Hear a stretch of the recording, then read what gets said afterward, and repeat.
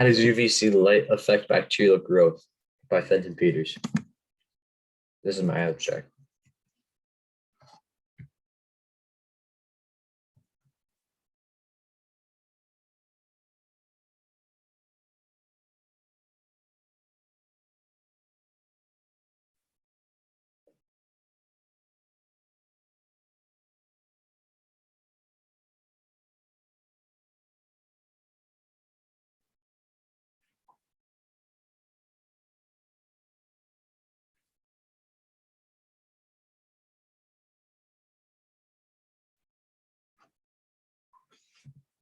UVC light has the ability to sterilize bacteria. My project will look at how different durations of UVC exposure can affect the growth of bacteria in a controlled environment.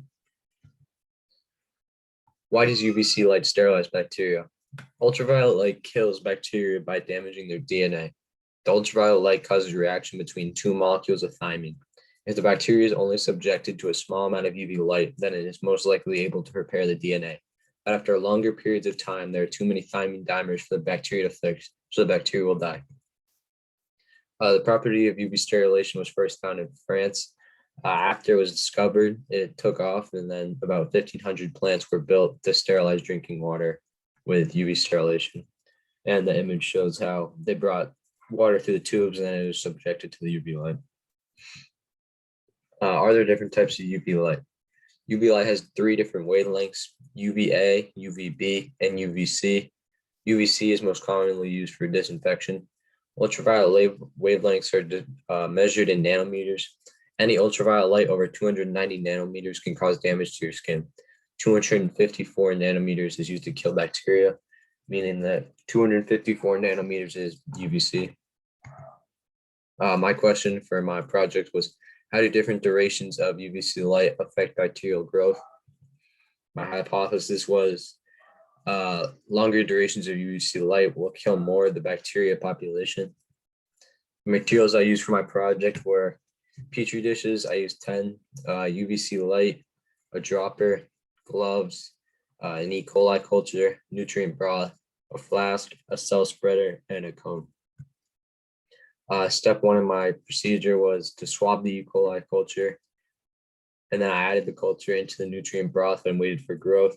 Once the broth was murky, I swabbed and I applied cultures using a dropper to all Petri dishes, being careful to properly measure and making sure each Petri dish had the same amount of E. coli on it. Once the E. coli was applied, I applied the ultraviolet light, which is concentrated by a paper cone, to intensify it. After that, I applied the light in a timed application. Then I waited for bacteria growth, and I recorded my results. The results of my experiment showed that my durations were too short, probably, and that showed the ineffectiveness of the sterilization I was doing. This went against my hypothesis, where I believe that the 2-minute duration would probably sterilize the dish because it was the longest duration. In the future, if I was to conduct this experiment again, I would apply longer durations of light to the dishes. I think doing this would get better results than what I got applying short durations of light. Possible errors in my experiment are inadequate spreading of E. coli and UV light not having enough intensity. Moving forward, we can see how this experiment possibly shows the ineffectiveness of UV sterilization tools. This is because a UV wand is used to just skim over a surface and usually doesn't expose UV light to anything for more than a few seconds. If somebody wanted to use UV light to sterilize, then they would have hypothetically need to apply it in a longer duration, which you can see in the picture is probably something that's like left overnight or like an hour at least. And the possible applications would be hospitals, offices, schools, stores, and really any building that's subjected to like people that spread bacteria around.